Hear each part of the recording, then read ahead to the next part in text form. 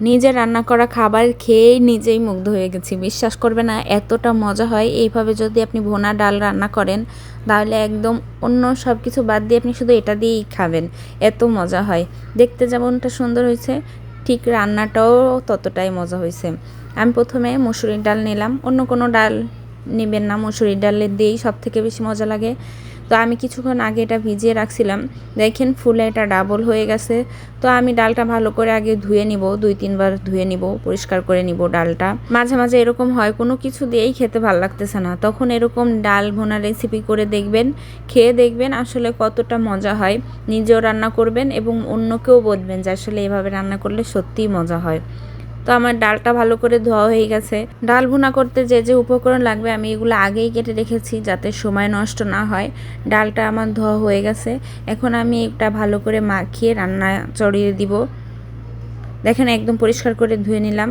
কড়াইয়ের মধ্যে আমি এখন ডালটা দিয়ে দিব।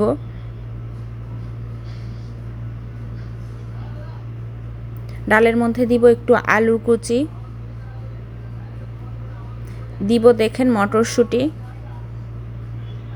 এখন দিয়ে দিব আমি পেঁয়াজ। এখানে আমি পেঁয়াজ কেটে রেখেছিলাম 2টার মতো, ছোট ছোট 2টা। এখানে দিয়ে দিব কাঁচামরিচ, কাঁচামরিচ আমার অবশ্যই লাগবে। এখানে দিয়ে দিব বেশি করে রসুন, মানে যে পরিমাণ পেঁয়াজ দিবেন আপনি ঠিক সেই পরিমাণেই রসুন দিবেন। দিয়ে দিব আমি পাকা টমেটো অর্ধেকটা আর 2টা তেজপাতা। আমার সব উপকরণই দেখতেছেন অল্প অল্প করে দেয়া, কারণ আমার ডালটাও খুব বেশি না, আমরা 2জন মানুষ, সেই তুলনায় ভালোই রান্না করতেছি। দিয়ে দিলাম স্বাদ মতো লবণ, হলুদ, এরপর দিয়ে দিব মরিচের গুঁড়া। মরিচের গুঁড়া দিলে ভালো লাগে, শুকনো মরিচের গুঁড়াটা দিলে। দেখেন আমি স্বাদ মতো মরিচের গুঁড়া যে যেরকম খান। আমি জিরার গুঁড়া দিলাম, এখানে 1 চা চামচের মতো জিরার গুঁড়া দিবেন। জিরার গুঁড়াটা লাগবেই, কারণ এটা ভুনা ডালে আসলে জিরার গুঁড়া লাগে। আমি একটু বেশি করে তেল দিয়ে দিব, সয়াবিন তেল। দেখেন আমি 3 গেড়ো তেল দিয়ে দিলাম এখানে। 3 গেড়ো তেল দিয়ে এখন আমি এটা ভালো করে মাখিয়ে নিব। আমি দেখছি যত রান্নাই করেন না কেন, যেই রান্নাই করেন না কেন, মাখিয়ে রান্নার স্বাদটাই আলাদা। আর এই মাখানোটা যদি সুন্দর হয় তাহলে রান্নাটাও অনেক মজা হয়। আমি ভালো করে অনেকক্ষণ নেড়েচেড়ে মাখিয়ে নিলাম হাত দিয়ে। আমি এখন পানি দিয়ে দিব, একবারেই পানি দিয়ে দিব আমি, 2-3 বার দিব না। আমার এতটুকু পানি তো হবে না, আরেকটু পানি দিয়ে দিব, কারণ আমার ডালটা সিদ্ধ হতে হবে। তবে এতটুকু পরিমাণ পানি দিবেন ডালটা যাতে আস্ত আস্ত থাকে আর সিদ্ধ হয়ে যায়। ডালটা কিন্তু একদম গলে গেলে সেটা ভুনা ডাল হবে না, ওটা পাতলা ডাল হয়ে যাবে। তো আমি ঢেকে দিলাম।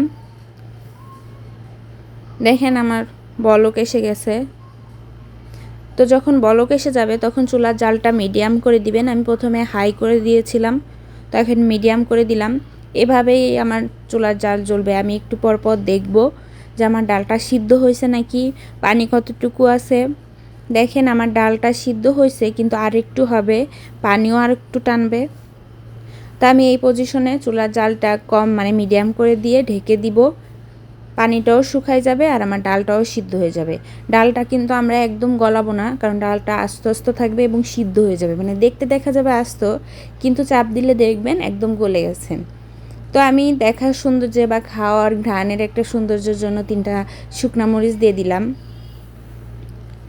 একটু পরে উঠে দেখব শুকনা মরিচগুলোও সিদ্ধ হয়ে গেছে, ডালটাও সিদ্ধ হয়ে গেছে, পানিও কমে এসেছে। দেখেন আমার ডালটা একদমই হয়ে গেছে, আর একটু হবে, আর একটু পানিটা টানবে, আর একটু ডালটা সিদ্ধ হবে। আমি আবারও ঢেকে দিব। দেখেন আমার ডালটা আস্তে আস্তে রয়েছে, আর একটু ঢেকে দিলে একদম পুরো পারফেক্টলি আমার ডালটা রান্না হয়ে যাবে। এবার ডালটা দেখুন, একদম ভোনা ডাল রান্না করা হয়ে গেছে, আর ডালগুলা পুরোটা সিদ্ধ হয়ে গেছে। লবণ চেখে দেখেছি, লবণটাও একদম ঠিক আছে। কতটা সুন্দর কালারফুল হয়েছে, দেখতেও কতটা সুন্দর হয়েছে। আমি এখন নামিয়ে ফেলবো। এই ডালটা শেষের দিকে যদি আমি ধনেপাতা দিতাম আরও মজা হতো, কিন্তু আমার হাজব্যান্ড ধনেপাতা খায় না, এই জন্য দিতে পারলাম না। তবু এটা অনেক মজা হয়েছে, দেখেই অনেক ভালো লাগতেছে। যারা যারা এটা ট্রাই করেননি এখনও অবশ্যই ট্রাই করে দেখবেন। আজকের ভিডিও আমার এই পর্যন্ত, দেখা হবে নেক্সট ভিডিওতে। সবাই ভালো থাকবেন, সুস্থ থাকবেন। আসসালামু আলাইকুম।